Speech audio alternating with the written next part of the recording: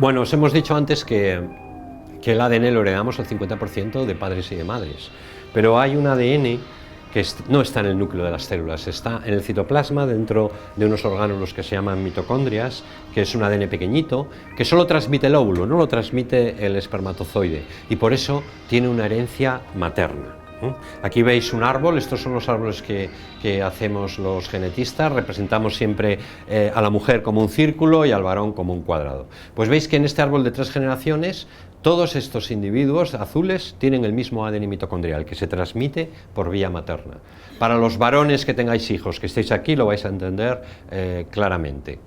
Todos vuestros hijos tienen el ADN mitocondrial de vuestras suegras. A partir de ahora, a lo mejor valoráis a las suegras de otra manera. Todos estos individuos rojos tienen el mismo ADN mitocondrial, otro haplotipo. El estudio del ADN mitocondrial es un poco más complicado porque tenemos que secuenciarlo, pero se utiliza muchas veces en el campo forense, sobre todo en aquellas muestras de restos óseos antiguos o de pelos sin raíz, donde es muy difícil encontrar el ADN nuclear. Es más fácil encontrar el ADN mitocondrial en estas muestras porque el ADN mitocondrial hay muchas copias. Es pequeñito, pero hay muchas copias y además es un ADN circular. Esto hace que digamos que tengamos mayor sensibilidad en muestras en las que no podemos encontrar ADN nuclear, ¿no? Y de la misma manera que las mujeres transmiten a toda su descendencia el ADN mitocondrial, los varones transmitimos solo a nuestra descendencia de varones el cromosoma Y. Y hay una parte del cromosoma Y que se mantiene inalterada y que la transmitimos inalterada. Ahí tenéis el cariotipo de un varón, el cariotipo de una mujer. Veis que la única diferencia es que en los cromosomas sexuales las mujeres tienen 2X y nosotros tenemos un X y este cromosoma tan pequeñito que es el cromosoma Y. Y aquí pues lo mismo, todos los varones de este árbol de 3 generaciones que son azules tienen el mismo haplotipo de cromosoma Y. Por lo tanto veis que para obtener el ADN de este individuo, el ADN de cromosoma Y, no tengo que estudiarle a él, puedo estudiar al abuelo paterno, y sé que el ADN del abuelo paterno va a ser igual en cromosoma Y al ADN del nieto, ¿no? Hay regiones que tienen variación en el cromosoma Y y que son las que analizamos también. Yo os voy a resumir aquí un trabajo que ha llevado del orden de 3-4 meses muy intensos en la cripta de las Trinitarias. Voy a resumir esa primera parte del trabajo arqueológico, de prospección, primero con georradar, después arqueológico y después antropológico, para la identificación de los restos de Miguel de Cervantes en el Templo de las Trinitarias, en el centro de Madrid, entre la calle Huertas y la calle Lope de Vega, está este convento, y esta es una reconstrucción 3D del templo de las Trinitarias, del nuevo templo. El problema con el que partían estos investigadores es que sabían que la primera inhumación de Cervantes era en un antiguo templo que se derribó y que luego se construye otro a finales del 17, que es donde se trasladan.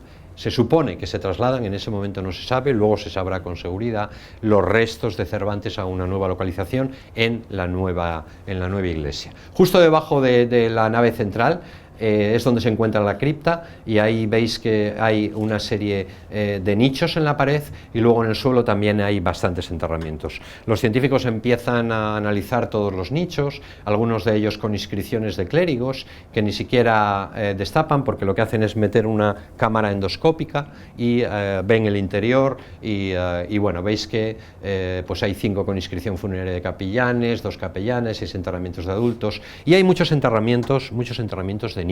Ya se ve la mortandad en niños, además con síntomas de raquitismo. Uno de esos ataúdes aparece las iniciales MC, y esto salta a los periódicos y a las noticias. Se ha obtenido el ataúd con los restos de Miguel de Cervantes, nada tenía que ver.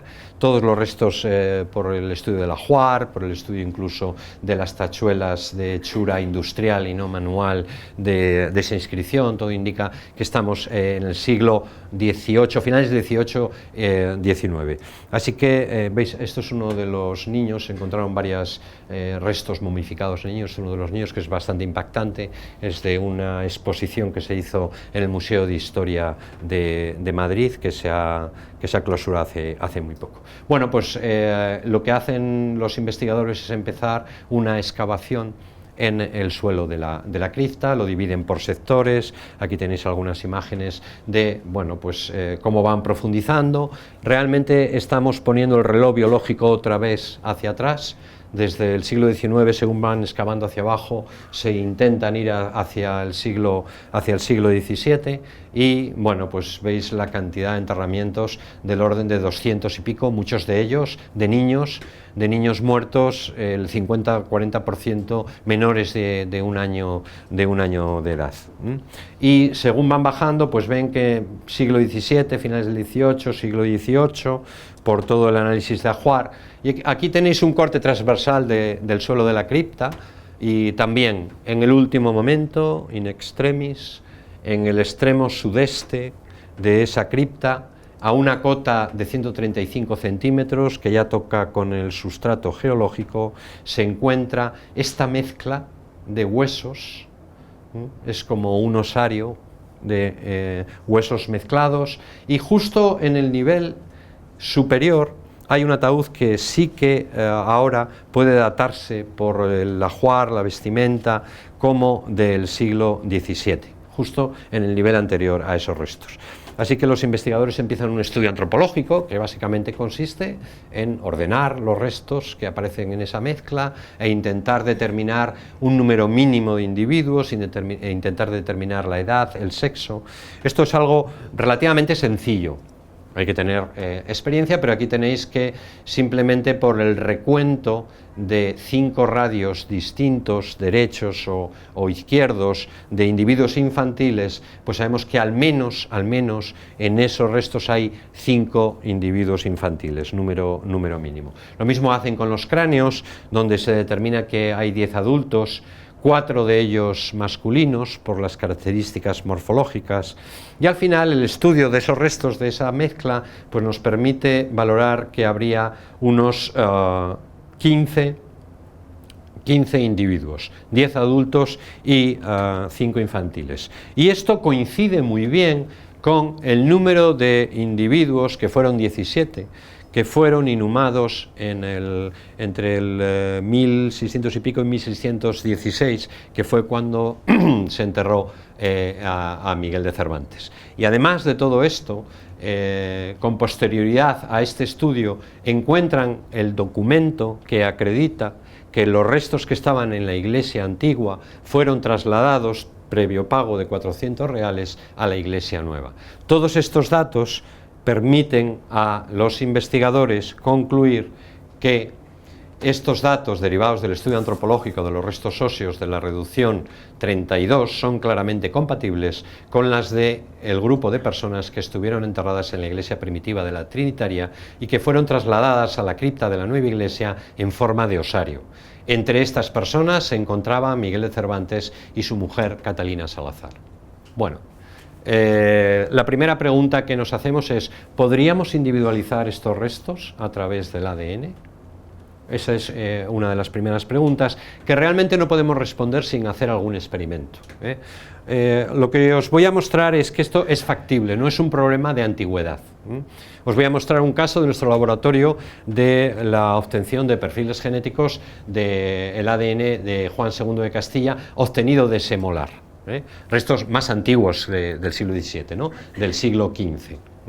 Y en este caso obtuvimos grandes cantidades de ADN, y este es el perfil de STRs autosómicos y este es el perfil de STRs de cromosoma Y. Así que no depende tanto de eso, depende fundamentalmente de las condiciones de pH, de las condiciones de humedad, de oxidación de los restos, ¿no? Los restos que se han encontrado en las trinitarias, algunos están bastante deteriorados, otros no. Pero bueno, intentaríamos hacer ese esfuerzo de ver la viabilidad de obtención de ADN de esos restos si pudiéramos primero identificar los restos. ¿Cómo podríamos identificarlo? Pues obviamente mediante un estudio comparativo con familiares. Así que el primer trabajo que hemos hecho es revisar los árboles familiares, los árboles genealógicos de Miguel de Cervantes. Como ya sabéis cómo se transmite el ADN mitocondrial, me vais a ayudar con esta diapositiva rápidamente, porque como veis aquí tenemos al escritor y tenemos aquí a todos sus hermanos, el padre, Rodrigo de Cervantes, la madre, Leonor de Cortinas, la abuela, Elvira de Cortinas, de Arganda del Rey, y hacia arriba nos encontramos con Juan de Cervantes, el abuelo, que está enterrado en Córdoba y que pudiera ser uno de las muestras interesantes de referencia para poder identificar los restos de las trinitarias. Realmente, si quisiéramos buscar a personas relacionadas a través del ADN materno mitocondrial, pues estos serían los más interesantes. Todos los hermanos, obviamente, la madre y la abuela tienen el mismo ADN mitocondrial que Miguel de Cervantes. Y si quisiéramos ver la línea paterna y quisiéramos ver el cromosoma Y, pues obviamente todos sus hermanos varones serían unos buenos candidatos, su padre, su abuelo, sus tíos. De todos estos hemos buscado los enterramientos y se están haciendo algunos estudios de documentación y hay tres candidatos interesantes. Uno de ellos el abuelo, Juan de Cervantes, enterrado en el monasterio de Jesús Crucificado de Córdoba. Será difícil encontrarlo, será difícil encontrar un ataúd que nos permita tener claridad en que se trata de él, pero es uno de los posibles candidatos para hacer la comparación. Otro, aunque este todavía no está identificado, es el tío Andrés de Cervantes, porque fue alcalde también en Córdoba de Cabra, y es muy probable que esté enterrado en la parroquia de la Asunción de Cabra. Y por la parte del ADN mitocondrial, Elvira de Cortinas, que sabemos que está enterrada en una zona, además la familia tenía un panteón. Ahora hay que valorar, el problema de todo esto es que a lo largo de los siglos pues ha habido remodelaciones en la mayoría de estos conventos y eso hace más difícil el obtener un sepulcro identificado donde podemos obtener los restos para la identificación. Y en el caso de Elvira de Cortinas está enterrada en la iglesia de San Juan Bautista de Arganda del Rey, en la provincia de Madrid. Fijaros que cuando uno se pone a revisar algunos datos del autor, vemos que hay muchas dudas, incluso en el origen familiar de Cervantes. Aquí os pongo los dos árboles genealógicos. Este es el más probado, el que admiten la mayoría de los autores y biógrafos, que es la genealogía de Cervantes según Astrana Marín, que nos lleva 4 generaciones arriba a Pedro Díaz de Cervantes, tatarabuelo, pañero en Córdoba, todo lo que indica que, bueno, pues que pudiera ser de una familia de origen judío converso. Luego lo veremos este tema. Sin embargo, la genealogía de uno de los primeros biógrafos de Cervantes, que es Fernández Navarrete, nos lleva 13 generaciones arriba a Alfonso Munio de Cervatos y nos lleva a lo que sería la frontera entre los Montes de León y Galicia. Y de ahí algunas de las teorías del origen leonés, gallego, de Cervantes, confundiendo un poco, porque aquí estamos en el siglo XII, confundiendo un poco que una cosa es el origen de la genealogía y otra cosa es el origen del autor, ¿no? de Miguel de Cervantes. Pero dentro de esta genealogía sí tenemos una persona identificada, y es otro Juan de Cervantes, que fue el arzobispo de Sevilla y que está en un sepulcro en la capilla de San Hermenegildo de Sevilla. Por lo tanto, ahí tendríamos una posible comparación si este árbol fuera cierto, que hay dudas, es decir, lo único probado es hasta el tatarabuelo. Si pudiéramos obtener el abuelo cordobés, el ADN, pues lo que podríamos hacer es una comparación para ver si se pueden reconciliar estos dos árboles o no, y podíamos utilizar esa referencia para comparar con los restos de las trinitarias para intentar identificar cuáles son los restos de Miguel de Cervantes. Existe también duda, como os decía, no solamente en el origen familiar, sino en el origen geográfico y poblacional. Hay teorías varias. La teoría de el origen leonés, gallego, fundamentalmente en la región de Sanabria, porque en Sanabria y en Lugo hay algún pueblo que se llama Cervantes. También está el tema del apellido Saavedra. Incluso hay teorías que dicen, y algunos estudios hechos y algunos vídeos que veis por internet de algunos intelectuales que dice que podía tener un origen catalán, ¿no? Que en vez de ser Cervantes era Servant, en fin, una historia que yo creo que tiene muy poco fundamento científico. ¿Podríamos nosotros decir algo sobre el origen geográfico y poblacional si tuviéramos el cromosoma Y del abuelo? Pues fijaros que hoy en día cada vez hacemos más análisis en el campo forense de lo que llamamos marcadores ADN de ancestralidad. Son marcadores que tienen una frecuencia muy distinta en los distintos grupos étnicos, en los distintos grupos geográficos. Hay determinadas variantes que solo aparecen en africanos, o que solo aparecen en población asiática, o que solo aparecen en población europea. Esto no es tan sencillo como solo aparecen, pero aparecen con una frecuencia muy alta, y analizando muchas de estas regiones podemos tener una idea del origen biogeográfico del haplotipo de ADN que estamos utilizando. Pues bien, una de las preguntas que se hace mucha gente y que defienden algunos autores y algunos historiadores como Américo Castro o Daniel Eisenberg es que Cervantes podría ser originario de una familia judío conversa. ¿Podría ayudarnos el ADN para responder a esta pregunta? Y fijaros, yo os voy a poner un artículo publicado sobre todo por distintos centros de investigación españoles y coordinados por un discípulo de Alex Jeffries, Mark Jobling, en el que lo que hacen es lo siguiente: miran 30 marcadores en el cromosoma Y, de este tipo que os decía antes, y ven la distribución de haplotipos, que la ponen en colores, con su frecuencia, en distintas regiones de España. Y ahora compararla con una población sefardí, una población de judíos españoles. Ya sabéis que sefarad es el término bíblico hebreo que se utiliza en las escrituras hebreas para referirse a la península ibérica, y estos son 174 individuos sefardíes con 4 apellidos, en vez de 8 apellidos vascos, 4 apellidos hebreos. Y veis la distribución, que hay determinados haplotipos, determinados colores que no están en la población española, y que algunos de ellos tienen una frecuencia enorme cuando en España tiene una frecuencia bajísima. Pues analizando este tipo de marcadores, el ADN podía ofrecer una prueba del origen o no, intentar investigar este posible origen judío converso. El otro día en una mesa redonda se planteaba esto, que era probablemente uno de los escritores más desconocidos, que se duda de que este retrato que tenemos todos en nuestra mente, probablemente, que es el retrato de Juan de Jáuregui, sea cierto. Parece que hay dudas sobre su autenticidad, y es un retrato que está en la Real Academia de la Lengua, está colgado en la Real Academia de la Lengua. Bueno, ¿nos podría decir el ADN algo de la apariencia física? ¿No está ahí nuestro código genético? ¿No nos puede decir el ADN más que mostrarnos bandas y perfiles que tenemos que comparar? Pues hoy en día cada vez analizamos más determinados caracteres físicos o fenotípicos, como el color del pelo, el color de los ojos, la forma de la nariz, la distancia entre los ojos, etcétera, etcétera.